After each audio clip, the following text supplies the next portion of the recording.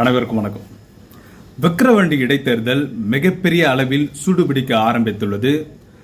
மும்முனை போட்டி நிலவுகிறது. திமுக சார்பில் அன்னியூர் சிவா, பாஜக கூட்டணி பாமக வேட்பாளர் சி அன்புமணி, நாம் தமிழர் கட்சி வேட்பாளர் டாக்டர் அபிநயா, இப்படி மும்முனை போட்டி நிலவுகிறது. இதுல திமுக கூட்டணி பல அமைச்சர்களை அங்க பிரச்சாரம் ஈடுபட்டு வருகிறார்கள். அதே போல ஒவ்வொரு வேட்பாளர்களுக்கும் அவர்களுடைய கட்சியினர் ஆதரித்து தங்களுடைய அனைத்து ஊர்களிலும் பிரச்சாரம் மேற்கொண்டு வருகிறார்கள்.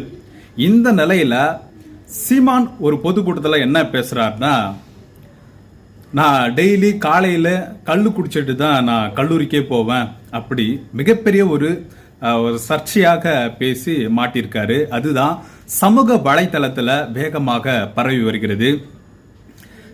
இப்படிலாம் ஒரு தலைவர் பேசுவதா என்று சமூக ஆர்வலர்கள் மற்றும் பத்திரிகையாளர்கள் அப்படி பல கேள்விகளை முன்வைக்கிறார்கள்.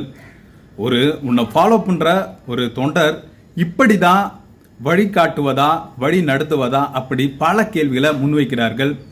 சீமானுக்கு என்னவோ சர்ச்சையான பேச்சு என்ன இதுனா புதுசா, தொடர்ச்சியாக அவர் சர்ச்சையாக பேசி பேசி தான் தங்களுடைய கட்சியை வலுப்படுத்தியிருக்காரு.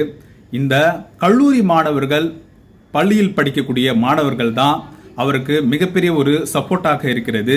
ஏன்னா அந்த வாக்குகளை குறிவைத்து தான் தொடர்ச்சியாக எதனா ஒரு சர்ச்சையான கருத்தை முன்வைத்து கொண்டே திரு சீமான் வருகிறாரு. இதற்கு ஒரு தலைவர் என்றால் எப்படி இருக்க வேண்டும், ஒரு பண்பட்ட அரசியலை நோக்கி தான் தங்களுடைய அந்த தன்னை ஃபாலோ பண்ற அந்த மாணவர்களை, அந்த தொண்டர்களை வழி நடத்த வேண்டும். ஆனா அவருக்கு எதிர்த்தரப்பாக இவருடைய செயல்பாடு தான் இருக்கிறது. எப்பொழுதும் பொது மேடையில் செருப்பு எடுத்து காட்டுவது, திராவிட கட்சிகள் 50 வருடமாக தமிழ்நாட்டை சூறையாடியுள்ளனர், அப்படி பகிரங்கமாக ஒரு குற்றச்சாட்டை முன்வைக்கிறது, எந்த ஒரு ஆதாரப்பூர்வம் இல்லாம ஒரு குற்றச்சாட்டை முன்வைக்கிறது. அதே போல நேற்று வரைக்கும் திராவிட கட்சிகள் தமிழ்நாட்டை ஊழலில் திளைத்திருந்தார்கள். ஆனா இப்போ விக்கிரவாண்டி தேர்தலில் அதிமுக அவர்கள் கிட்ட போயிட்டு நீங்க சப்போர்ட் பண்ணுங்க என்று கேட்கறது, இப்படி பல முரண்பட்ட கருத்தை தான் தங்களுடைய தொடர்ச்சியாக அவருடைய அரசியலில் ஈடுபட்டு வந்திருக்காரு. அப்போ ஊழல் செய்த கட்சி கூட எப்படி நீங்க போக முடியும்? அப்போ நீங்களும் அவர்களுக்கு உடன்பாடாக ஏற்படுகிறதா? ஏற்கனவே செல்வி ஜெயலலிதா இருந்தபோது பிரச்சாரம் மேற்கொண்டிருந்தார்கள். இலை மலர்ந்தால்தான் ஈழம் மலரும், எப்படி அந்த கருத்தை முன்னிறுத்தி பிரச்சாரம் மேற்கொண்டாரு. அப்புறமா நாங்க ஒரு கூட்டணிக்காக அந்த பிரச்சாரத்தை செய்தோன்னு அவரு பல்ட் அடிச்சாரு. இதே போதில் தான் தொடர்ச்சியாக திமுகவுக்கு ஒரு விமர்சனம் வைக்கிறதும், அதே மாதிரி அதிமுகவுக்கு ஒரு சாப்டான ஒரு விமர்சனம் வைக்கிறதும் தொடர்ச்சியாக ஈடுபட்டு வந்ததுதான் இவருடைய வரலாறு.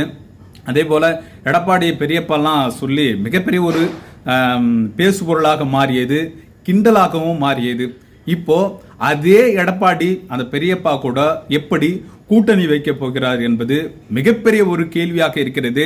வரும் 2026 தளபதி ஒரு பேசு பொருளாக மாறுவாரு. அவர்தான் தமிழக வெற்றி கழகத்தின் தலைவர் திரு விஜய் அவர்கள். ஆனா அவர்கிட்டயே அவர் இன்னும் கூட்டணி பத்தி சொல்லல. ஆனா இவரே கூட்டணி வைக்க போறேன், தம்பி பத்தி அவர் என் கூட வந்துருவாரு, இவரே தன்னுடைய கருத்துக்களை முன்வைத்து வருகிறாரு.